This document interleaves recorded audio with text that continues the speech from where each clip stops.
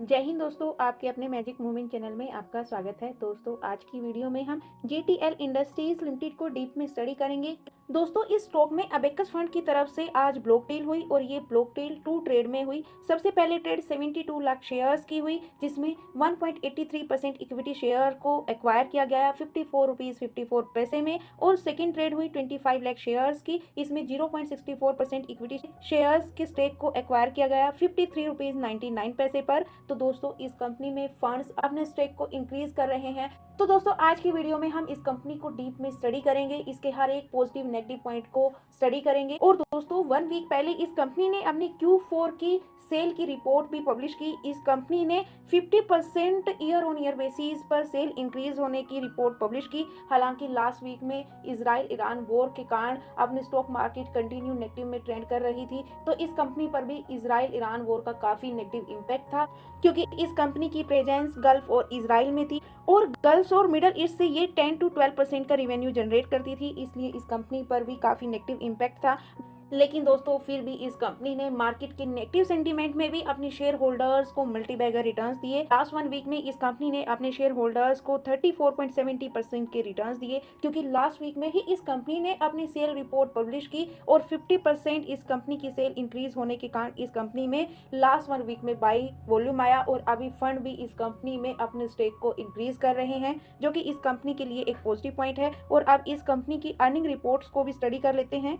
दोस्तों, इस कंपनी के क्वार्टर ऑन क्वार्टर बेसिस पर अर्निंग को डिस्कस करेंगे लास्ट 4 to 5 क्वार्टर्स की अर्निंग रिपोर्ट के साथ। दोस्तों, वैसे दिसंबर क्वार्टर की जो अर्निंग थी वो दिसंबर 2024 के कंपैरिजन में सेल तो स्लाइटली डिक्रीज थी, लेकिन प्रॉफिट स्लाइटली इंक्रीज थे। लेकिन अभी इस कंपनी ने लास्ट मार्च क्वार्टर के कंपैरिजन में 50% सेल इंक्रीज होने की रिपोर्ट पब्लिश की, यानी लास्ट मार्च 2025 की क्वार्टर में 466 CR की सेल हुई और ये अभी मार्च 2026 में 50% के साथ इंक्रीज हुई है। तो दोस्तों, इस बिहार पर इस कंपनी में अभी लास्ट वीक से बाइंग वॉल्यूम इंक्रीज हो रहा है, तो इसीलिए इस कंपनी में फंड्स की तरफ से बाइंग नजर आ रही है। जिस कंपनी को उसकी अर्निंग का सपोर्ट होता है तो उस कंपनी का प्राइस भी अप जाता है, भले ही मार्केट के सेंटीमेंट नेगेटिव थे। कंपनी के बिजनेस मॉडल को डिस्कस करें तो दोस्तों, ये कंपनी मैन्युफैक्चर और सप्लायर है स्टील ट्यूब की, पाइप्स की और अलाइड प्रोडक्ट्स की। इस कंपनी की सभी मैन्युफैक्चरिंग फैसिलिटी इंडिया में है।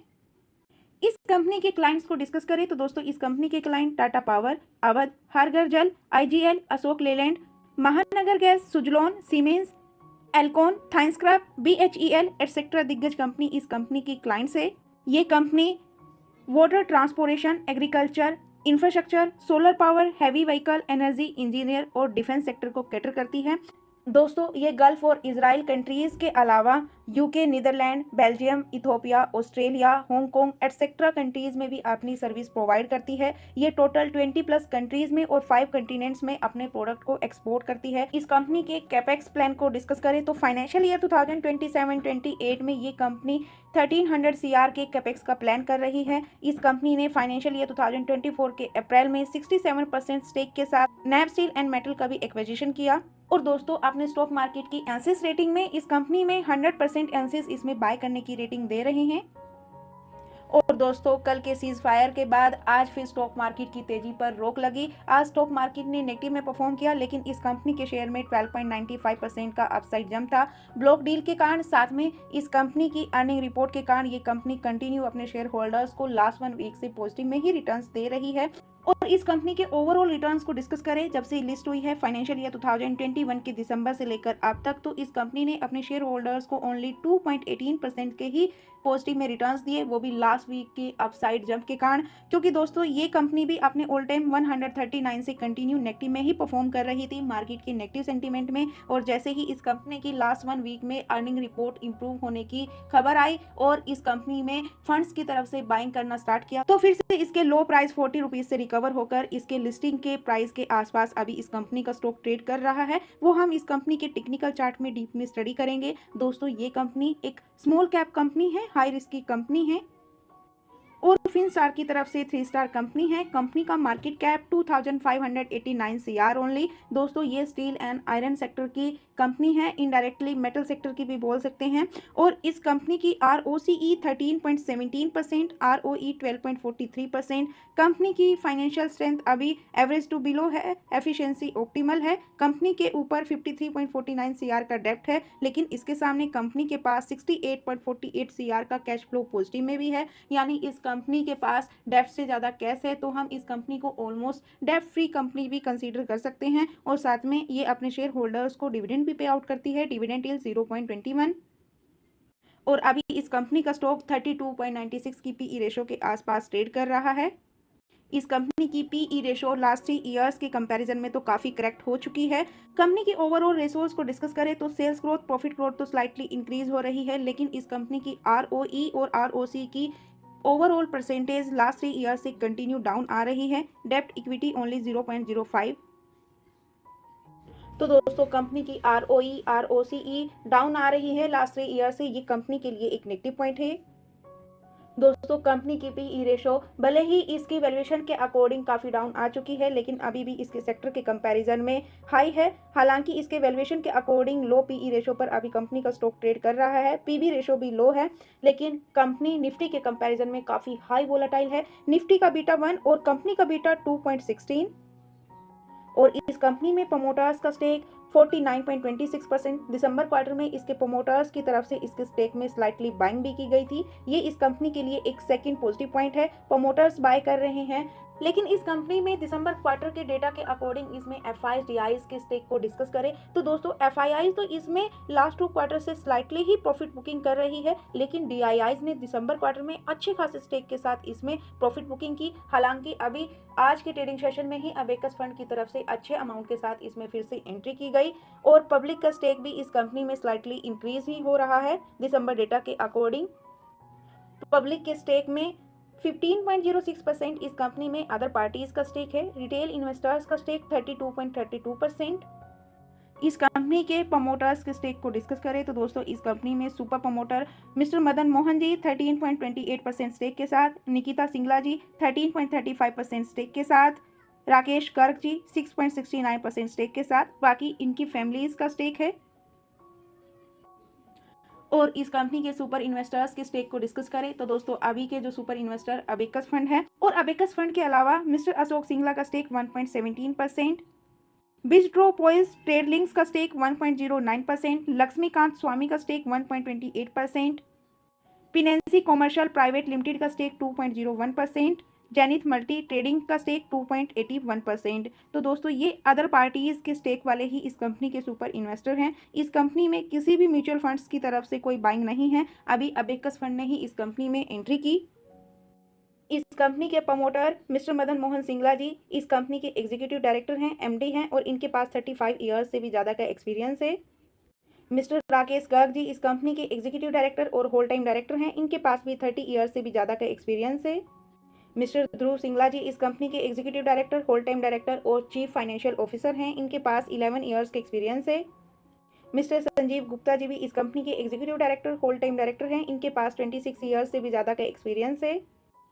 मिस्टर सुखदेव राज शर्मा जी इस कंपनी के चेयरमैन और इंडिपेंडेंट डायरेक्टर्स हैं, इनके पास 40 ईयर्स से भी ज़्यादा का एक्सपीरियंस है। मिस्टर अशोक गोयल जी भी इस कंपनी के इंडिपेंडेंट नॉन एग्जीक्यूटिव डायरेक्टर हैं, इनके पास 29 ईयर्स का एक्सपीरियंस है। तो दोस्तों ओवरऑल इस कंपनी के प्रमोटर्स और इस कंपनी की मैनेजमेंट टीम वेल एक्सपीरियंस्ड है, ये इस कंपनी के लिए एक थर्ड पॉजिटिव पॉइंट है। और इस कंपनी के वॉल्यूम्स को डिस्कस करें तो दोस्तों लास्ट 1 मंथ में तो इस कंपनी में 54 लाख का ही वॉल्यूम था, जिसमें से 41% ही इस कंपनी में डिलीवरी वॉल्यूम था। लेकिन लास्ट 1 वीक से इस कंपनी के वॉल्यूम इंक्रीज हो रहे हैं। लास्ट 1 वीक में भी 1 CR का ही वॉल्यूम था, जिसमें से 39% डिलीवरी वॉल्यूम थे। लेकिन लास्ट 2 ट्रेडिंग सेशन में इस कंपनी में काफ़ी वॉल्यूम इंक्रीज हुआ है और साथ में डिलीवरी वॉल्यूम भी इंक्रीज हुआ है। लास्ट ट्रेडिंग सेशन में 5 CR का वॉल्यूम था, जिसमें से 43% डिलीवरी वॉल्यूम था, और आज की ट्रेडिंग सेशन का भी 5 CR का ही वॉल्यूम है, जिसमें से बाय करने वाले ज़्यादा थे, सेल करने वाले कम। ओवरऑल कंपनी के स्कोर कार्ड को स्टडी करें तो दोस्तों इस कंपनी की परफॉर्मेंस लो है, वैल्यूएशन हाई है मार्केट एवरेज के कंपैरिजन में भी, साथ में सेक्टर के भी कंपैरिजन में। हालांकि इसके मार्केट कैप और इसकी वैल्यूएशन के अकॉर्डिंग अभी इस कंपनी की पीई रेशो अंडर वैल्यूड है, और ग्रोथ इसमें एवरेज है, प्रॉफिटेबिलिटी भी एवरेज है, नॉट गुड नॉट बैड। लेकिन एंट्री पॉइंट गुड है। कंपनी का स्टॉक फंडामेंटली और टेक्निकली दोनों टाइप से अंडर प्राइस है और रेड फ्लैग भी लो है, जो कि कंपनी के लिए एक थर्ड पॉजिटिव पॉइंट है। और इस कंपनी को लास्ट 3 ईयर्स के चार्ट फ्रेम पर भी स्टडी करें तो दोस्तों ये कंपनी भी मई 2024 के बाद से अपने 200 डीएमए के नीचे ट्रेड करने लगी मार्केट के नेगेटिव सेंटीमेंट के साथ। और इस कंपनी ने अभी जो लास्ट 1 वीक में रिकवरी की अच्छे बाइंग वॉल्यूम के साथ, तो अभी इस कंपनी का स्टॉक इसके 200 डीएमए के आसपास ट्रेड कर रहा है। 200 डीएमए प्राइस 70 रुपीज़ है और अभी कंपनी का स्टॉक 65 रुपीज़ के आसपास ट्रेड कर रहा है। और अगर इस कंपनी को भी इसके टेक्निकल चार्ट पर डीप में स्टडी करें, इसके टेक्निकल चार्ट को समझने की कोशिश करें, तो दोस्तों जैसे कि हमने वीडियो के इसके ऑल टाइम चार्ट पर स्टडी किया था कि लिस्टिंग के बाद इसने 41 रुपीज़ का लो प्राइस लगाया था। इजराइल ईरान वॉर में ही इस कंपनी ने उस लो प्राइस को रिटेस्ट किया। अभी 41 रुपीज़ 75 पैसे से ही फिर से इसमें बाइंग वॉल्यूम आया। जो लास्ट 1 वीक में इसमें 34% के रिटर्न्स रहे, वो लास्ट 2 से 3 ट्रेडिंग सेशन के ही रिटर्न्स हैं। जिस कंपनी को उसकी अर्निंग का सपोर्ट मिलता है तो उसमें बाइंग वॉल्यूम भी नजर आता है। और आज के ट्रेडिंग सेशन में इस कंपनी ने अपने फर्स्ट रेजिस्टेंस, जो कि इसकी लिस्टिंग के बाद का एक स्ट्रॉन्ग रेजिस्टेंस है, यहाँ पर भी इस कंपनी ने स्ट्रॉन्ग सपोर्ट का काम करने की कोशिश की, लेकिन दोस्तों इसको ये सस्टेन नहीं कर पाई। 65 रुपीज़ 80 पैसे पर इस कंपनी के स्टॉक की क्लोजिंग हुई। हालांकि लास्ट नेगेटिव सेंटीमेंट में इस रेजिस्टेंस को स्टॉक ने काफ़ी टाइम ब्रेकआउट किया, लेकिन उसके ऊपर सस्टेन नहीं कर पाया। तो दोस्तों अभी देखते हैं कि ये स्टॉक अपनी अर्निंग बेस्ड न्यूज़ के कारण इस रेजिस्टेंस को ब्रेकआउट करता है, इसके ऊपर सस्टेन होता है। अगर ये इसके ऊपर सस्टेन हो जाता है तो दोस्तों इस कंपनी के स्टॉक का पैटर्न भी चेंज हो जाएगा। बेस पैटर्न से ये फिर से बुलिश पैटर्न में आ जाएगा, क्योंकि इस कंपनी का स्टॉक अपने 200 डीएमए के ऊपर ट्रेड करने लगेगा।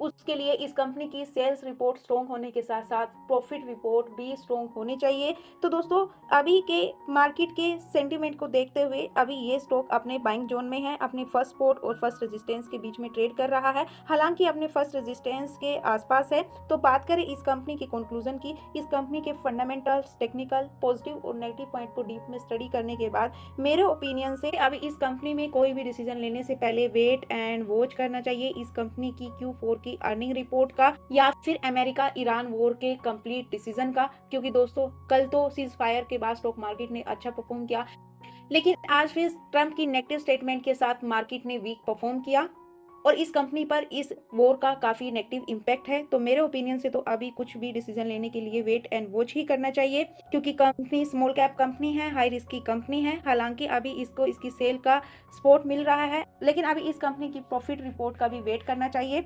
बाकी दोस्तों मेरी तरफ से किसी भी स्टॉक के लिए किसी भी टाइप की कोई रिकमेंडेशन नहीं है, ये जस्ट मेरा ओपिनियन है। इस कंपनी के fundamentals, technicals, positive negative point को स्टडी करने के बाद एजुकेशनल पर्पज से आप मेरे ओपिनियन को रिकमेंडेशन ना समझे।